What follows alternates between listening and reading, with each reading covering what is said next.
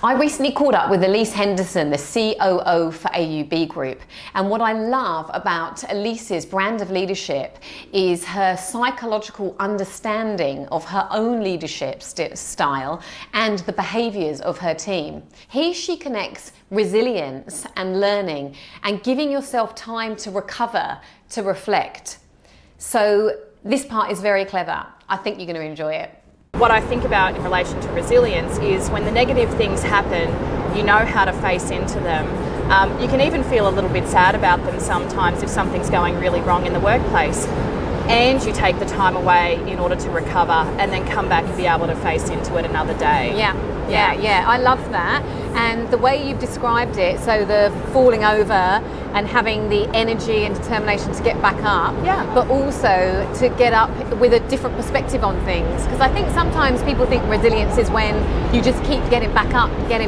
But I think it's also about trying to think about what you can do differently in that situation, so that you don't get knocked down again, maybe, I don't know. Exactly, and being able to bring learning into it as well. So none of us are perfect, none of us are brilliant leaders all of the time. When these negative incidents happen, whatever they might be, step away, recover. That recovery time also gives you time to reflect on what you might have been able to do differently.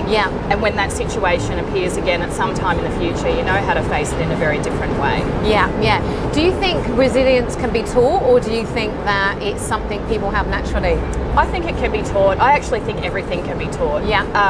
If you approach all of your experiences in the workplace and even at home with that growth mindset, where I'm going to try something out, I'm going to learn from it, I'm going to change my behaviour, and then I'll try something out again.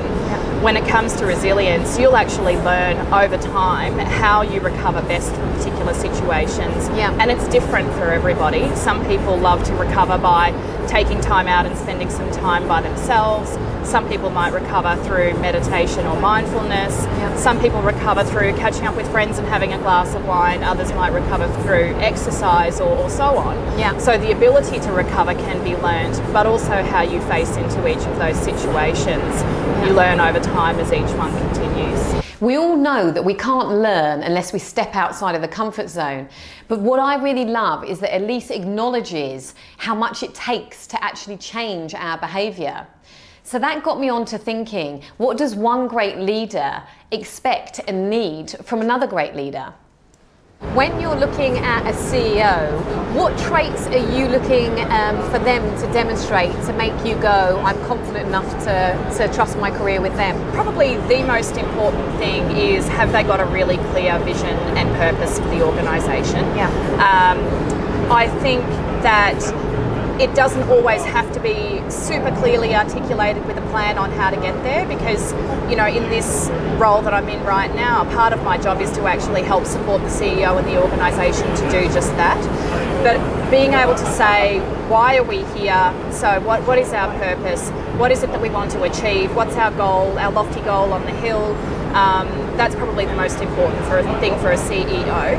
And the other thing is for them to be comfortable in knowing when they need to be there for me, when I need to be there for them. What do we each need in order to demonstrate that? And apart from that, let ourselves just go. Excellent. And look at us, leadership quality here, the weather's changing, it's going to pour with rain and we're still getting through it. We are so resilient. Exactly. Cheers.